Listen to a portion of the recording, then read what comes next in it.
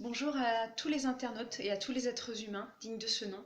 Nous sommes aujourd'hui donc vendredi 12 mars 2021 et il se passe des choses très graves dans notre société actuelle. Nos enfants nous sont enlevés de force dans des procédures plus que douteuses, avec des raisons complètement infondées, illégales, abusives. Là, il s'agit clairement d'abus de pouvoir, d'abus d'autorité. Euh, je vais vous expliquer la suite et vous comprendrez que les raisons sont totalement illégitimes. Et j'en appelle en fait, voilà, je fais un appel, un signal d'alerte à tout le monde, pas qu'à la nation en fait, à toutes les personnes de cette terre. Ça doit traverser tous les esprits parce qu'on ne peut plus continuer comme ça, c'est trop grave. D'accord. Donc nous sommes bien vendredi 12 mars 2021. Moi, mon fils m'a été enlevé de force ce mardi 9 février 2021 par une équipe de 5 personnes qui représentent soi-disant les gardiens de la paix, donc 5 policiers, par 2 personnes nommées comme pompiers qui agissent normalement dans des cas très urgents quand il y a un incendie, une noyade, un danger voilà, imminent, et par également 2 personnes qui travaillent dans le centre départemental en qualité de conseillère enfance et de référente des enfants mineurs, voilà, des mineurs confiés. Il y a 9 personnes qui ont pénétré mon appartement le 9 février 2021, alors que je n'étais pas en état d'arrestation. Je n'avais pas commis aucun délit. Elles n'avaient aucun mandat de perquisition alors que je leur avais demandé. Je ne leur ai pas ouvert la porte pendant 1 heure justement pour ces raisons. Et puis elles ont fini par rentrer de force. De force. Hein. Et puis elles m'ont aussi séquestrée dans mon salon en sachant que je suis enceinte de mon deuxième enfant. Elles n'ont eu aucune limite. Donc 5 personnes m'ont enfermée dans mon salon. Pompiers, policiers, de force, en me prenant fortement les bras. Je leur demandais à chaque fois de me lâcher les bras et je le disais calmement. J'ai gardé mon calme tout le long. Je leur demandais d'ouvrir la porte du salon, elles ont refusé à chaque fois. Elles m'ont demandé si je prenais des cachetons, voilà, si je n'avais pas des problèmes psychologiques, ce genre de choses. Vraiment des tentatives d'intimidation. J'appelle ça moi du terrorisme psychologique. Elles ont demandé à mes voisins si elles pouvaient passer par leur balcon pour avoir accès à mon domicile. Voilà dans quoi on vit en ce moment. Il y a donc les 2 personnes dont je vous ai parlé, la référente des mineurs confiés et la conseillère enfance, qui sont venues chercher mon enfant. Il y avait un ami témoin qui était présent heureusement, qui a pu accompagner mon fils avant le fameux départ, hein, le fameux départ au foyer d'urgence, puisqu'effectivement, ces personnes sont venues chez moi sous la demande de la juge pour enfants, puisque la juge pour enfants a estimé que mon fils vivait en huis clos avec moi, alors que la vérité c'est que ça l'a dérangé que je faisais école à la maison. Parce qu'aussi je ne me soumets pas au protocole sanitaire, et non effectivement je ne veux pas me couvrir le visage du nez jusqu'au menton, parce que j'estime qu'on étouffe comme ça, qu'on a besoin de respirer, qu'on a besoin de notre intégrité physique et psychique. Donc voilà, non soumission au protocole sanitaire, mon fils vit en huis clos avec moi parce qu'il fait école à la maison. Je serais quelqu'un apparemment de fragile psychologiquement, il n'y a aucune preuve contre moi, il n'y a rien du tout. Tout ça parce que quoi? Parce que j'ai envoyé des écrits, des courriers, des affiches à l'école, à la mairie, à l'IGPN, aux policiers, pour dénoncer tout ce qui se passe, pour dénoncer qu'on en a marre en fait, avec toutes ces mesures qui nous ont été proposées, imposées, hein, auxquelles moi je ne consens pas du tout, pour ma liberté, pour notre liberté, pour celle de nos enfants. Tous ces points m'ont été reprochés, également une suspicion de violence. Donc ça, c'est un signalement de l'école le 11 mars 2020 qui m'a seulement été révélé le 9 octobre 2020. C'est le 6 octobre 2020, un mardi, que la brigade des mineurs m'appelle au téléphone pour me convoquer le 9 octobre, sans convocation écrite, sans préciser la juste raison de cette convocation. Et puis finalement, il s'agissait d'une audition libre. Moi et mon fils avons été interrogés le 9 octobre 2020 sur ces suspicions de violence. Mon fils avait 5 ans et demi, n'a absolument pas été accompagné d'un avocat ni d'un de ses parents pendant l'audition. Donc moi, je n'étais pas encore assez informée de mes droits à ce moment-là, mais maintenant je suis très bien informée. Euh, voilà, donc les procédures complètement plus que douteuses, complètement illégales. Je suis interrogée pour des violences suspectées où mon fils aurait été couvert de bleu. Je demande des preuves, il n'y en a pas. Il n'y a pas d'attestation médicale, aucun médecin n'a fourni la moindre attestation. Et puis la policière me pose aussi des questions par rapport à mon non-port du masque. Donc finalement, la nouvelle mode maintenant, c'est de convoquer les personnes à des auditions libres pour x raisons. Voilà, il n'y a rien de clair, il n'y a rien de précis. J'ai également accepté qu'une dame de l'UDAF vienne à mon domicile le mardi 6 octobre 2020 alors qu'elle ne m'avait présenté aucune carte, rien du tout. Voilà. Et le 7 décembre 2020, la policière me confirme qu'il n'y a toujours aucune preuve contre moi, aucune attestation médicale qui expliquerait, attesterait que mon fils a été violenté. Donc voilà où on en est en fait. Je dérange cette société parce que je ne porte pas de masque et parce que je fais école à la maison et pour ces raisons, 9 personnes s'introduisent de force chez moi. La juge demande également que je fasse une expertise psychiatrique sans quoi je ne récupérerai pas mon fils. Voilà, du chantage, des menaces, toujours, toujours, toujours dans l'histoire de l'être humain. C'est que ça. Donc le 9 février 2021, il est parti. Personne ne lui a laissé le temps à mon fils de me dire au revoir. J'étais enfermée dans le salon. Donc il n'a même pas vu mon visage, rien du tout. Quand ensuite je suis allée au CDS pour demander où il était, les dames ont répondu qu'il était là, pour me dire un petit peu plus tard qu'il était en foyer. Donc ce sont des mensonges, du chantage. Voilà. J'ai contacté le foyer, puisqu'effectivement, depuis le 9 février 2021, c'est toujours moi qui contacte le foyer où mon fils est placé. Jamais il ne m'appelle, jamais il n'essaie de me donner des nouvelles rassurantes de mon fils. C'est toujours moi qui les contacte pour leur demander comment il va. Je leur demande également si je peux être en communication téléphonique avec mon fils. À chaque fois, ils refusent, à chaque fois. Ça veut dire que depuis 4 semaines et bientôt 5, je n'ai ni vu mon fils physiquement, ni entendu le son de sa voix. Évidemment, je suis très inquiète, je suis très très alarmée, je souffre énormément. Je ne suis pas contente, je suis très en colère. J'ai pu le dire aux personnes qui représentent les gardiens de la paix, puisque moi je ne souhaite pas les appeler les forces de l'ordre, je souhaite les appeler les gardiens de la paix. Je leur ai dit tout ça, que je n'étais pas contente de leur manière d'agir, que ça ne me plaisait pas, que j'avais besoin de respect, d'humanité, d'empathie, d'intégrité, que mon enfant allait être traumatisé avec leurs actes, que moi aussi d'ailleurs. Hein. Et puis depuis le 9 février, eh ben, écoutez, ils ne se sont pas arrêtés là au niveau de leur pression psychologique. Ils me demandent d'amener le carnet de santé de mon fils au CDS. Hein. Ils me convoquent à d'autres auditions libres par rapport aux vidéos que je publie, puisque ça ne leur plaît pas. Donc on est dans un monde complètement incroyable. Moi, je souhaite vous encourager en fait à dénoncer tout ce qui se passe, parce que c'est grave, on enlève nos enfants, juste parce qu'on ne se soumet pas, vous vous rendez compte? Parce qu'on fait école autrement, parce qu'on en a peut-être marre de tout ce système-là qui va à l'encontre de nos valeurs humaines, en tout cas des miennes. Voilà, donc stop maintenant. Je n'ai aucune nouvelle de mon fils. J'ai pu rencontrer les deux dames qui me l'ont enlevé le mardi 2 mars 2021. Je leur ai demandé pourquoi être venu à neuf dans mon appartement en période de coronavirus, alors s'il fallait limiter les contacts physiques. Je leur ai demandé d'autres questions. Je leur ai demandé pourquoi ne pas avoir laissé mon fils me dire au revoir. Voilà, je leur ai demandé où est la commission rogatoire, où est le mandat de perquisition qui vous a amené à venir, à vous introduire chez moi. Leur seule réponse, ce sont toujours, c'est la juge pour enfants qui nous demande de venir. Voilà. Voilà. Je leur ai demandé aussi pourquoi ne pas avoir questionné ma famille, justement, s'il n'y avait pas une possibilité de relais pour moi, s'ils estimaient que j'avais besoin d'aide alors, et que j'étais soi-disant fragile. Pourquoi tout simplement ne pas interroger ma famille pour prendre le relais? Non, non, on me l'enlève de force, on le place en foyer d'urgence. J'ai demandé aussi pourquoi elles m'ont déposé 2 documents par terre dans mon couloir, voilà, dans mon couloir, hein, les 2 décisions de justice, là où mon fils maintenant allait être placé pendant 1 an, en ASE. Waouh, quel avenir! Et où moi je devrais me soumettre à une expertise psychiatrique sans quoi je ne reverrai pas mon fils. Bah dis donc, quelle bienveillance! J'ai demandé à ces dames si elles se rendaient compte de leur brutalité, de leur cruauté dans ce qu'elles ont fait. Il y a une des deux qui a reconnu que oui, c'était effectivement très violent, cette manière d'agir. Il y a une des deux dames qui m'a expliqué qu'un papier avait été signé en mon nom par la juge des enfants en ce qui concernait le droit à l'image au sein du foyer, l'examen médical que mon fils allait avoir. J'ai demandé le nom du médecin du foyer. Personne ne m'a répondu jusqu'ici. Je ne sais absolument pas qui est le médecin qui a fait un examen médical donc le 9 février 2021 à mon fils quand il a intégré le foyer. J'ai envoyé des courriers, j'ai contacté les personnes du centre départemental en posant mes questions. J'ai envoyé des recommandés donc à la référente des mineurs confiés au centre départemental en demandant comment va mon fils, comment se sent-il, n'est-il pas inquiet, stressé, angoissé? N'a-t-il pas envie de me parler puisque j'ai su qu'il avait demandé à me voir plusieurs fois, je l'ai su par le foyer, je l'ai su par la référente des mineurs confiés.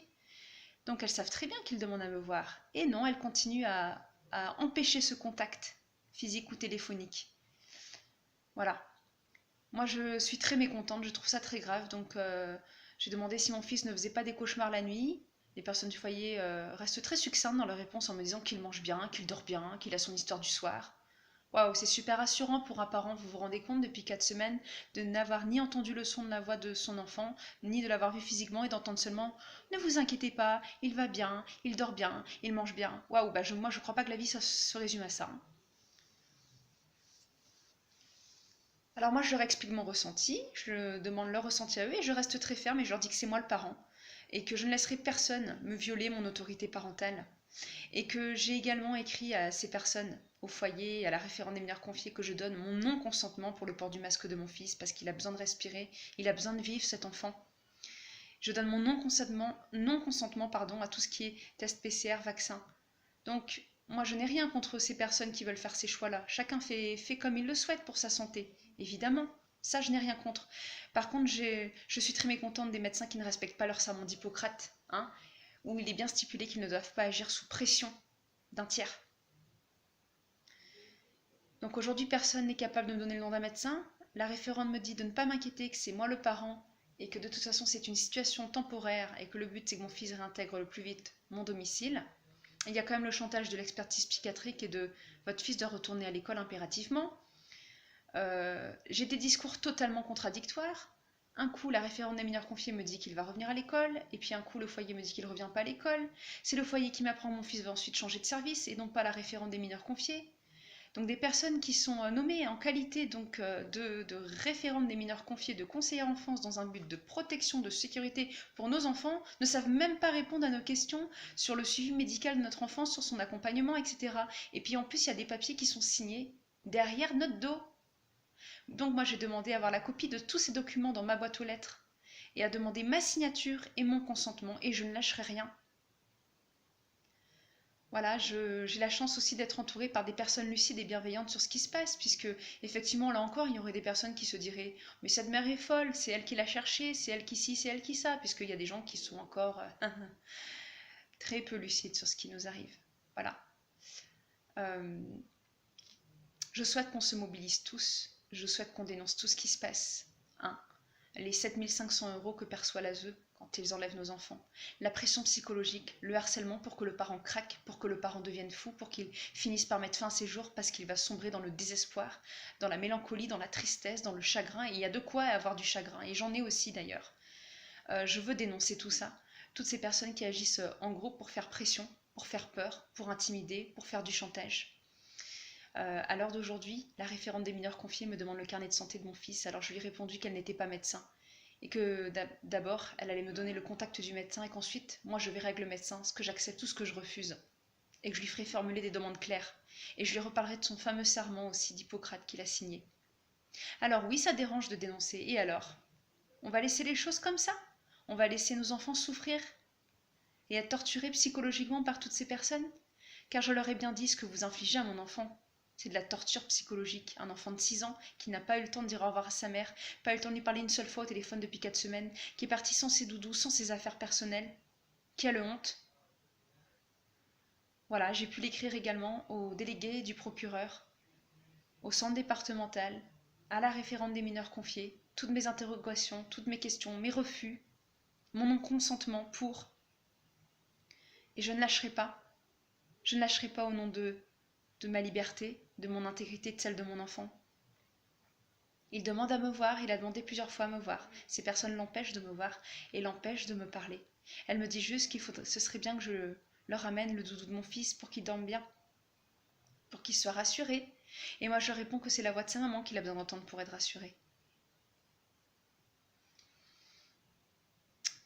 Il y a des procédures totalement illégales, il y a des moyens de pression plus ou moins cruels ou subtils, il y a de la perversité. Allez vous renseigner sur ce que c'est la perversité. Parce que quand ce sont des personnes qui agissent dans la perversité, elles sont prêtes à beaucoup de choses. Alors, j'ai besoin d'aide, j'ai besoin de soutien. Et je vous demande de vous mobiliser avec moi ou avec d'autres, qu'on se mobilise, qu'on manifeste notre refus, qu'on ose dire les choses, qu'on ose dire que ce n'est pas juste. Il y a que nous, les parents, qui savons qu'est-ce qu'on nous reproche réellement, qu'est-ce que... Voilà. Là, il y a des décisions de justice qui sont prises en notre nom.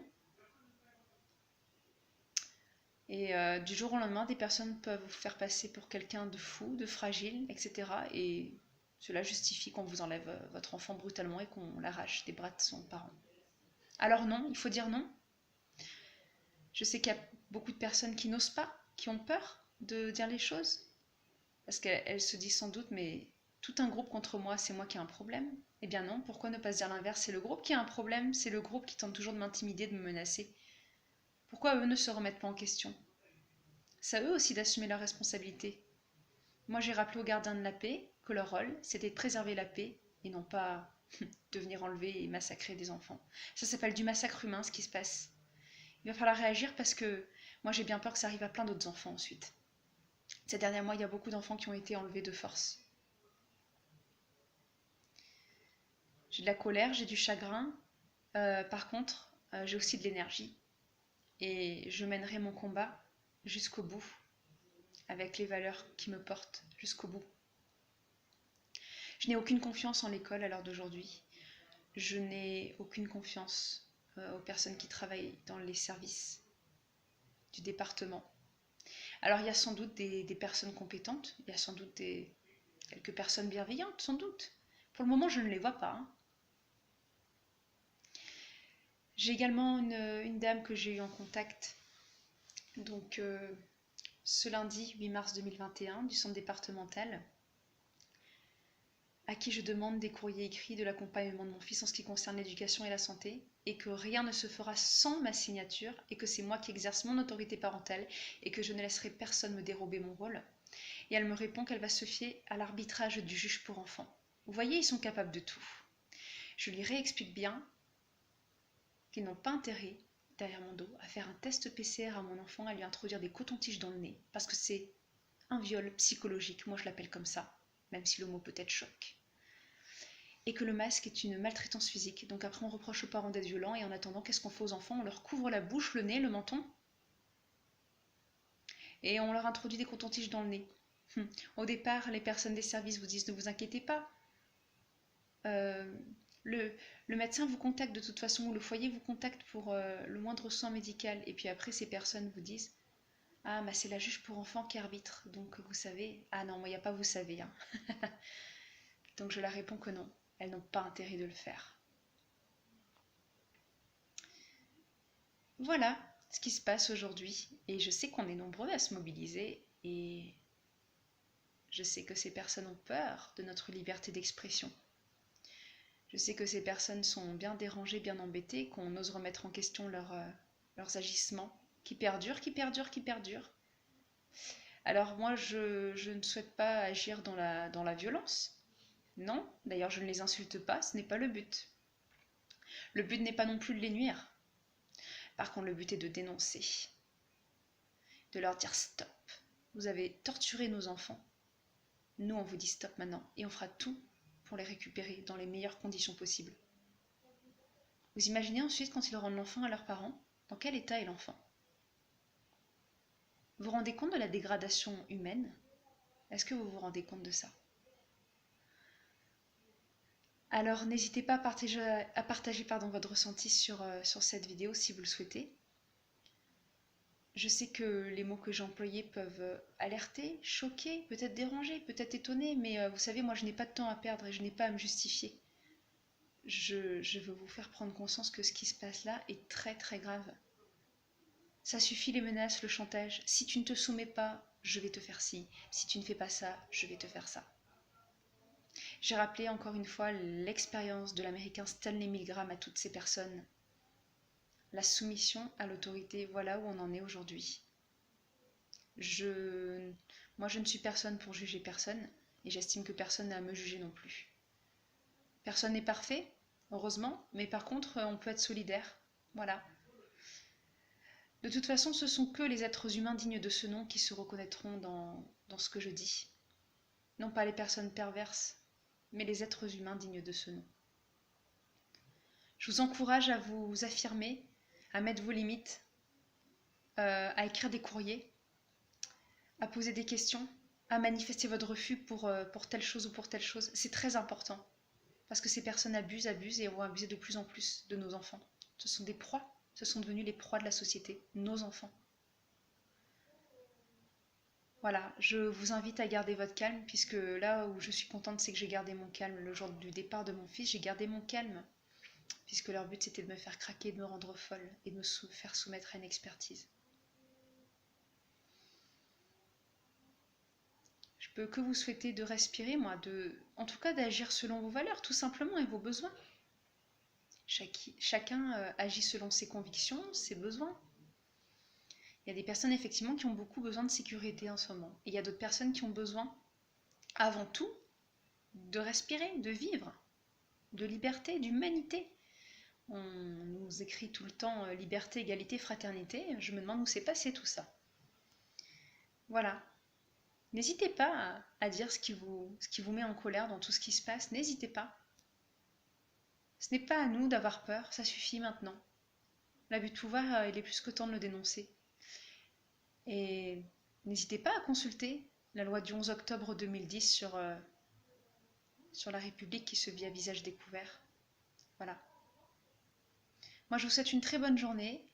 Je dis un grand merci aux êtres humains qui prennent le temps de m'écouter dans ce que je traverse et dans ce que je vis. Voilà.